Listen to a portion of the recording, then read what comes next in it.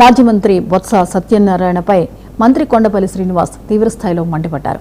ఆయన తన స్థాయికి తగినట్టు మాట్లాడాలని మంత్రి సూచించారు. వోక్స్ వ్యాగన్ లావాదేవీలతో రాష్ట్రానికి బొత్స పెద్ద మచ్చ తేవడంతోనే ఆ ప్రతిష్టాత్మక ప్రాజెక్టు మహారాష్ట్రకు వెళ్లిందని ఆరోపించారు. గత ప్రభుత్వ హయాంలో ఒక్క డీఎస్సీ కూడా నిర్వహించలేదని, దీనిపై బొత్స సమాధానం చెప్పాలని నిలదీశారు. వైసీపీ నేతలు కావాలని డీఎస్సీపై అసత్య ప్రచారం చేస్తున్నారని ఆగ్రహం వ్యక్తం చేశారు. మంత్రిగా వ్యవహరించినట్టు బొత్స సత్యనారాయణ మరి ఆయన సీనియర్ నాయకులని అందరూ చెప్పుకుంటారు. చాలా ఉదాసమైనటువంటి వ్యక్తి, చాలా బ్రాడ్గా ఆలోచిస్తారు, చాలా ఉన్నత విలువలు ఉన్నాయని. మరి బ్రాడ్గా మాట్లాడే వ్యక్తి, బ్రాడ్గా ఆలోచించే వ్యక్తి మరి ఇంత కిందకు వచ్చి ఎలా మాట్లాడతారో నాకు అర్థం కాదు.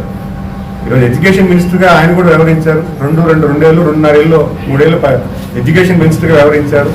ఆయనకి ఇచ్చినటువంటి కాలపరిమితంలో అసలు ఎడ్యుకేషన్ సిస్టంలో ఎలా వర్క్ అవుతుంది, పాలసీ ఏంటి, ఏపీ పబ్లిక్ కమిషన్ ఎలాగే ఎగ్జామ్స్ కండక్ట్ చేస్తుంది, ఇవన్నీ కూడా రూల్ పొజిషన్స్ అన్నీ కూడా ఆయన కూడా తెలిసి ఉండాలి. సో ఎలాగ ఈరోజు వచ్చేసి డిఎస్సి పేపర్ లీక్ అయిపోయిందని, లేకపోతే ఎగ్జామ్ మీద క్వశ్చన్ చేయడం అనేది, మీరు ఆల్రెడీ ఒక ప్రయత్నం చేశారు. స్పోర్ట్స్ కోటా మీద మీరు ఏదో బురద చల్లే ప్రయత్నం చేశారు. ఎవరికైతే స్పోర్ట్స్ రాలేదో వాళ్ళు బాధలో ఉన్నారు, స్పోర్ట్స్ కోటా రాలేదో వాళ్ళు బాధలో ఉన్నారు.